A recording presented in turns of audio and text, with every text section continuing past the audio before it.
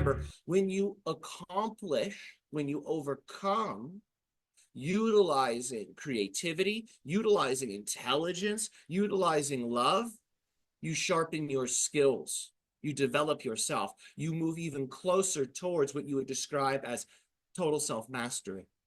Because a true self-master is one who cannot be moved by the outside world. No matter how much you push or pull them, no matter what you throw at them, no matter what you think at them, no matter what you say about them, they don't do anything.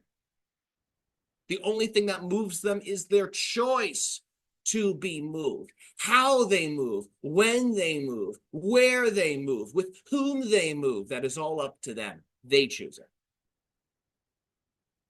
If those parameters are outside of your choosing, it means you have compromised to a certain degree your autonomy, your sovereignty, your ability to act. That's all right. Sometimes you arrange responsibilities, certain dynamics in relationships with others that limit your movement, that limit your expression. Sometimes you have to operate more as a team rather than as an individual. But nevertheless, if somebody outside of you, which we all know is a type of illusory statement, but you can have the experience of such. If somebody outside of you has the ability to say something, and then all of a sudden you're throwing a fit, you're throwing a tantrum, or you want to go cry in your room and hide, if someone can do that to you, you have an imbalanced relationship with your own power. And you have to correct that. You have to get in touch with who you really are because you have a case of mistaken identity, you see.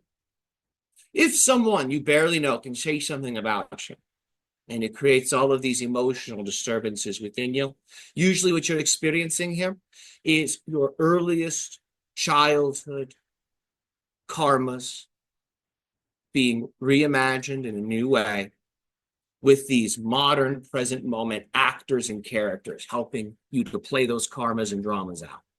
That's what most of this is.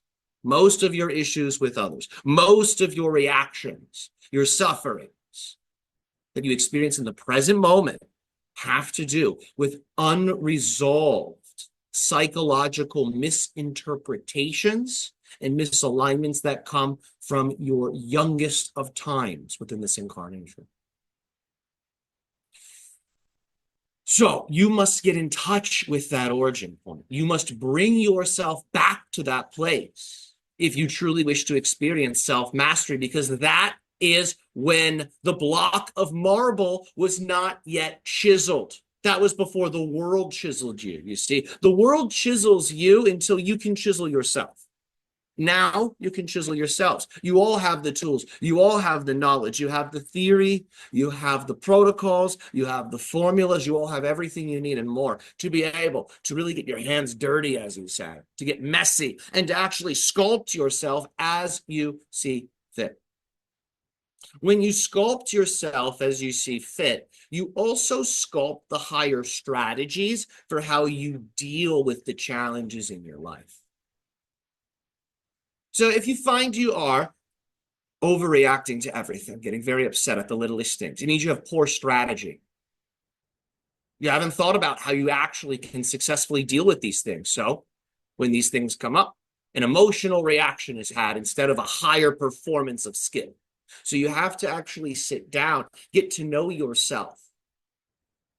If you remain undisciplined, how do you usually respond to life's challenges and stresses?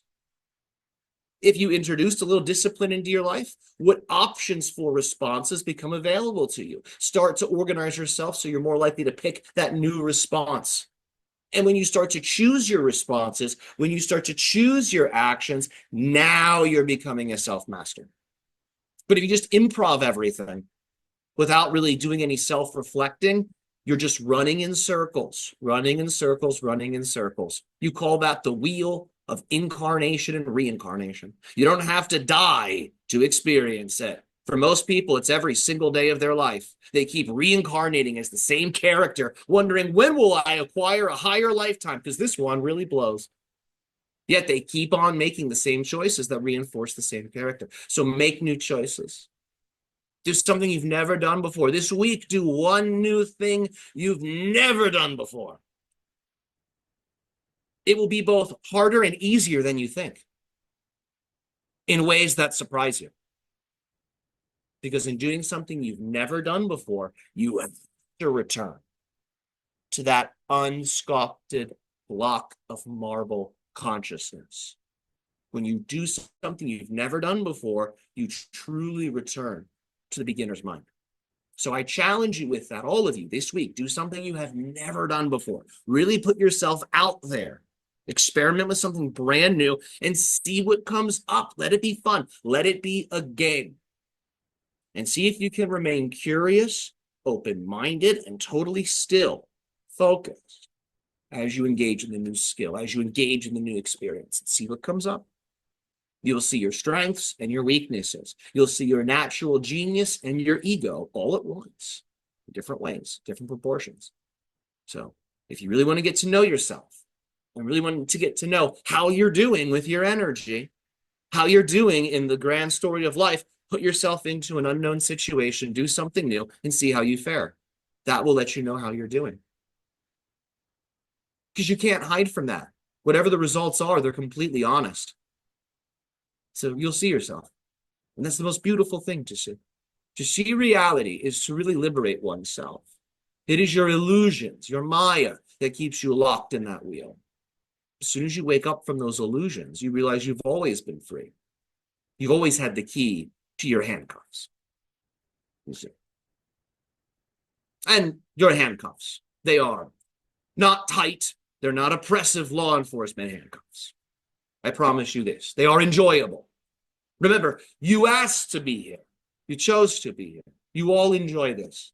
Reality, physical reality, is like a drug, you see, a psychedelic drug for souls, for spirits.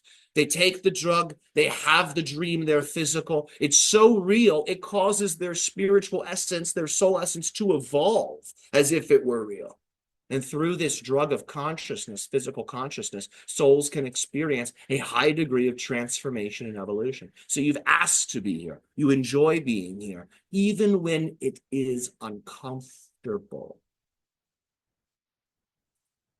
Remember that pain complements pleasure. Now, too much pain, the pleasure becomes irrelevant. The pain overwhelms. Too much pleasure, pleasure becomes irrelevant. Pain starts to become desirable. Both must be held. In that balance of pain and pleasure, of tension and relaxation, you have life. You have life. Remember, you move towards pleasure, you move away from pain, evolutionarily speaking, on the psychological level. Not all things that are pleasurable are good for you. And not all things that are painful are bad for you. This is where higher intelligence comes in. That's what truly guides you. If you go with the evolutionary animal impulse, you will move towards pleasure and move away from pain, regardless of whether those pleasures or pains are helpful or are truly hurtful for you. But with the higher rationale, the higher wisdom, with that original viewpoint, that original genius perception, with that at your disposal, you will see what pleasures are worth sacrificing and what temporary pains are worth overcoming. You'll see it clear. For is there not a slight pain in motivating yourself to get off the couch and do that thing you know you love to do? You don't have to overcome some of that resistance, even to the things you love the most. There's a triumph in overcoming that. And it gets easier to do the things you love. So remember, these things you all curse, these things that you push away, they make your life more rich. And remember, if everything's a part of you, if you push that part of you away externally, if you're pushing away pain or challenge or trial and tribulation, if you push all of that away as experience, what part of the self is also being pushed away? The part of you that adapts, the part of you that overcomes, the part of you that has faith. That is what's being pushed away. If you want a cozy life, seek pleasure. If you want to be a master, use both pain and pleasure for your self-mastery, and it will be so.